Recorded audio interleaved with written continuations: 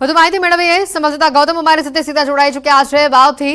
ગૌતમ, જે પ્રકારનો અત્યારે માહોલ છે અને સરેરાશ આપણી પાસે આંકડો છે કે 26% મતદાનનો આંકડો પહોંચી ચૂક્યો છે, જબરો ઉત્સાહ જોવા મળી રહ્યો છે આ બેઠક ઉપર તમામ મતદારોનો।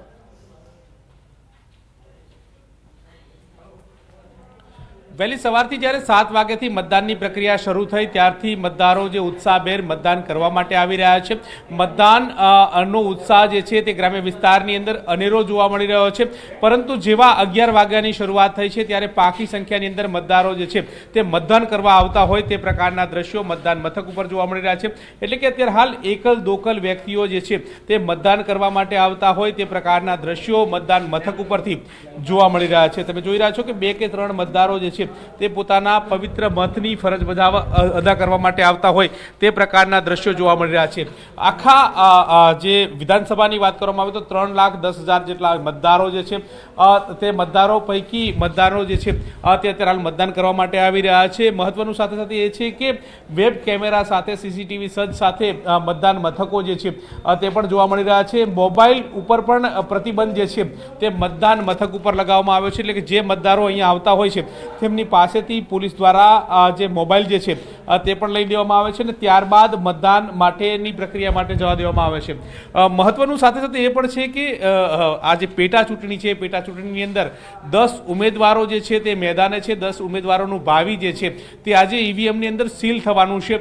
ત્યારે જે કહી શકાય કે 3 જે ઉમેદવારો જે છે એટલે કે કોંગ્રેસ, ભાજપ અને અપક્ષ આ ત્રણેય ઉમેદવારો જે છે તેમની વચ્ચે કાંટેકી ટક્કર જોવા મળી રહી છે। હવે ત્યારે કોનું પલ્લું ભારે છે, કોણ કોનો ખેલ બગાડે છે તે તો 23 તારીખે ખબર પડશે, પરંતુ અત્યારે હાલ 11 વાગ્યા બાદ જે મતદારો જે છે તે પોતે પાકી સંખ્યાની અંદર આવતા હોય છે। એક કારણ એ પણ હોય છે કે અત્યારે હાલ બેવડી ઋતુ જે છે તેનો અનુભવ થઈ રહ્યો છે, એટલે કે વહેલી સવારે આ વિસ્તાર સરહદી વિસ્તાર તરીકે જાણીતો છે, તેના કારણે ઠંડીનો માહોલ હોય તે પ્રકારે લાગી રહ્યું છે। પણ જેવા 11 વાગ્યાની શરૂઆત થઈ છે ત્યારે સામાન્ય ગરમીનો અહેસાસ જે છે તે પણ આ વિસ્તારની અંદર જોવા મળે છે, એટલે આમ બેવડી ઋતુનો અનુભવ થઈ રહ્યો છે। ત્યારે અને લોકો અહીંયા ગ્રામ્ય વિસ્તારના મતદાર હોવાના કારણે વહેલી સવારે તેઓ કામકાજ અર્થે જતા હોય છે। પશુપાલન અને ખેતીવાડી આ વિસ્તારની અંદર મુખ્ય વ્યવસાય તરીકે છે, ત્યારે આ વ્યવસાય અંતર્ગત પણ લોકો જે છે તે વહેલી સવારે આવી અને મતદાન કરીને જતા રહ્યા છે અને ત્યારબાદ પણ અત્યારે હાલ પાકી સંખ્યામાં જે લોકો હોય છે તે આવતા હોય છે અને ત્યારબાદ સાંજના સમયગાળાની અંદર જે મતદારો જે છે તે મતદાન કરવા માટે આવે તે પ્રકારની પીક જે છે તે પકડાતી છે। આ પ્રકારની જે થિયરી જે છે તે આ વિસ્તારોની રહી છે અને એ જ થિયરી જે છે તે જોવા મળી રહી છે, એટલે કે 10 વાગ્યા સુધી મતદાર કેન્દ્રો ઉપર મતદારોની અંદર લાંબી લાઈનો, લાંબી કતારો જોવા મળી રહી છે। જેવા 11 વાગ્યા છે ત્યારથી બાદ જે ધીમી ગતિનું મતદાન જે ચાલતું હોય તે પ્રકારના દ્રશ્યો જોવા મળ્યા છે। લોકો જે છે તે મતદાન ઉપર આવી રહ્યા છે, મતદાન કરી રહ્યા છે અને પોતે મતદાન કર્યું હોય તે પ્રકારના દ્રશ્યો જોવા મળી રહ્યા છે। મહત્વનું સાથે સાથે એ છે કે બપોર બાદ અત્યારે હાલ વૃદ્ધો હોય, ઉંમરલાયક મતદારો હોય તેઓ આવતા હોય છે, કારણ કે ભીડ ઓછી થતી હોય છે ત્યારે આ પ્રકારના મતદારો જે છે તે શાંતિપૂર્ણ માહોલની અંદર મતદાન થઈ શકે તે માટેની પ્રક્રિયા માટે તેઓ આવતા હોય છે અને આ જ પ્રક્રિયા, આ જ પ્રથા જે છે તે વાવ વિધાનસભાની અંદર પણ જોવા મળી રહી છે। પેટા ચૂંટણીની વાત કરવામાં આવે તો જ્યારે પેટા ચૂંટણી હોય છે ત્યારે મતદારોની અંદર ઓછો ઉત્સાહ હોય છે, કારણ કે પેટા ચૂંટણી છે, ક્યાં મતદાન કરવા જઈશું તે પ્રકારનો વાત હોય છે, પરંતુ એ માહોલ અહીંયા જોવા નથી મળતો। એટલે કે વહેલી સવારથી જે માહોલ જોયો 26% જેટલું જે મતદાન ઓલ ઓવર જે વિસ્તારની અંદર થયું છે, બેઠકની અંદર થયું છે, તે જ પુરવાર કરે છે કે મતદારોનો ઉત્સાહ જે છે તે પેટા ચૂંટણી નહીં પરંતુ આમ ચૂંટણી હોય તે પ્રકારનો માહોલ જોવા મળતો હોય છે। જી બિલકુલ ગૌતમ, વધુ માહિતી પણ આપની પાસેથી લેતા રહીશું। અત્યારે જે દ્રશ્ય આપણે બતાવી રહ્યા છે, ધીમે ધીમે સૂરજ માથે ચડી રહ્યો છે, મતદારોની સંખ્યા જાણે ઘટતી હોય તેવા પણ કેટલીક જગ્યાએથી વાવમાંથી દ્રશ્યો સામે આવી રહ્યા છે।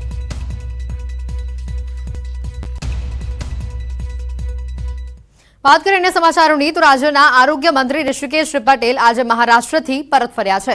ખ્યાતિ હોસ્પિટલ કાંડને લઈને મહારાષ્ટ્રના ચૂંટણી પ્રચારની વચ્ચે તેઓ પરત ફર્યા। મંત્રી ઓફિસમાં જ ખ્યાતિ હોસ્પિટલ મોતકાંડ મુદ્દે બેઠક યોજાશે।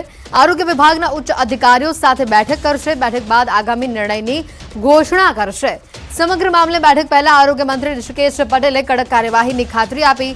હોસ્પિટલ સામે કડકમાં કડક પગલાં લેવામાં આવશે। વધુમાં તેઓએ કહ્યું કે ભવિષ્યમાં પહેલાથી જ નિર્ધારિત ઓપરેશનની મંજૂરી માટે એસઓપી પણ તૈયાર કરવામાં આવશે।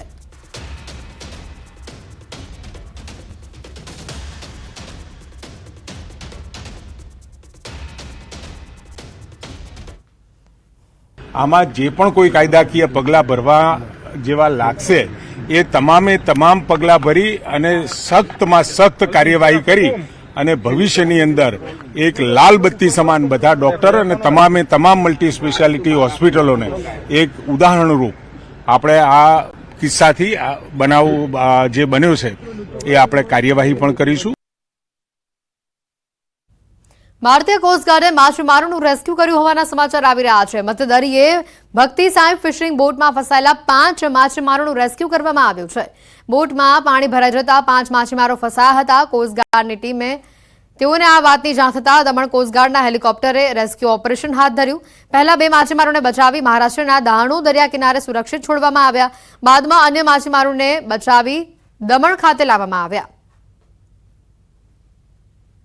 ઘટનાના દ્રશ્યો પણ સામે આવ્યા છે. બોટમાં પાણી ભરાવાના કારણે આ બોટમાં જે સવાર 5 માછીમારો હતા તેઓ ફસાયા હતા. કોસ્ટગાર્ડની ટીમ દ્વારા આ તમામ માછીમારોનું રેસ્ક્યુ કરવામાં આવ્યું છે.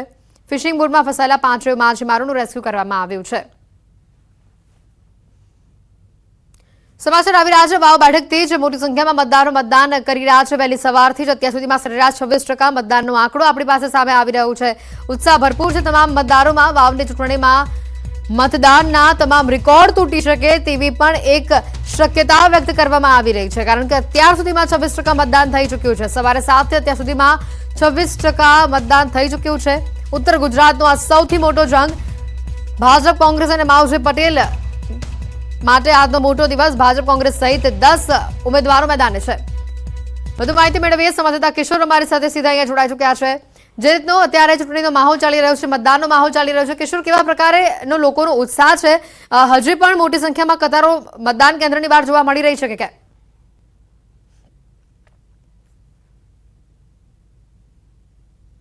ચોક્કસથી હેતવી પેટા ચૂંટણી આ છે, પરંતુ પેટા ચૂંટણીમાં પણ મતદારોનો ઉત્સાહ જોવા મળી રહ્યો છે. જે સરકારી આંકડો આવી રહ્યો છે તે પ્રમાણે 11 વાગ્યા સુધી 24.39% જેટલું મતદાન નોંધાયું છે. અને આપ મારી પાછળ પણ જોઈ શકો છો કે હજુ પણ મોટી સંખ્યાની અંદર જે મતદારો છે તે મતદાન માટે પહોંચી રહ્યા છે. અને અત્યારે આપણી જોડે કોંગ્રેસના નેતા ઠાકરસિંહ રબારી પણ છે કે ઠાકરસિંહ રબારી અત્યારે જ મતદાન કરીને બહાર આવ્યા છો. સારો એવો ઉત્સાહ જે છે તે જોવા મળી રહ્યો છે મતદારોમાં. અત્યાર સુધી 24.39% જેટલું મતદાન સરકારી ચોકડે નોંધાયું છે. શું કહેશો? લોકોમાં ઉત્સાહ છે.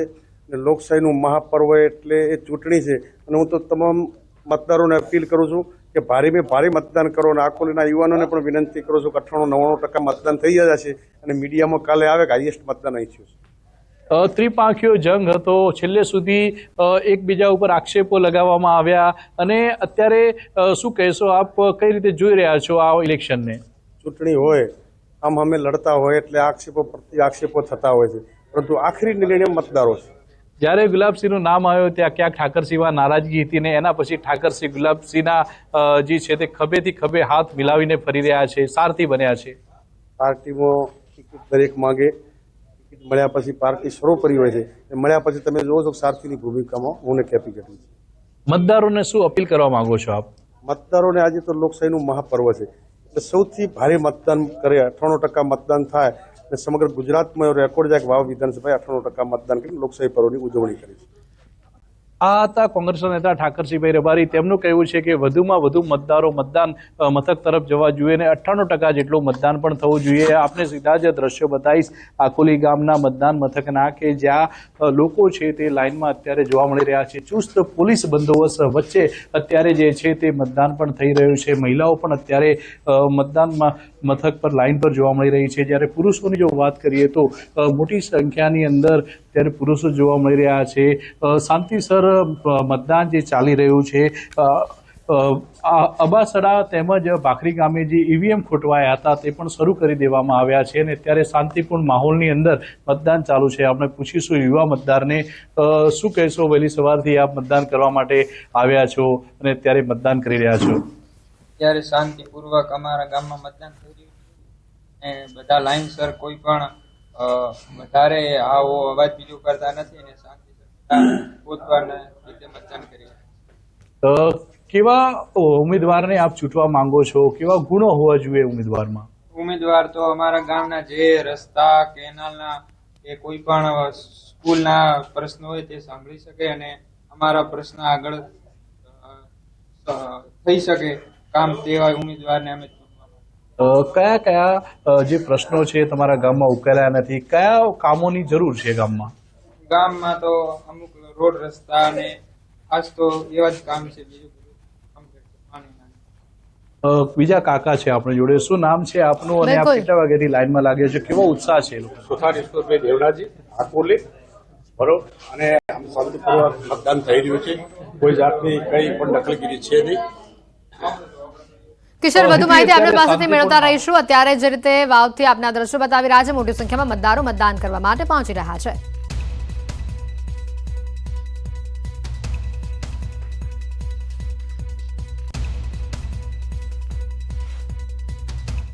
સમાચારોમાં હાલ રોકાઈશું એક બ્રેક માટે.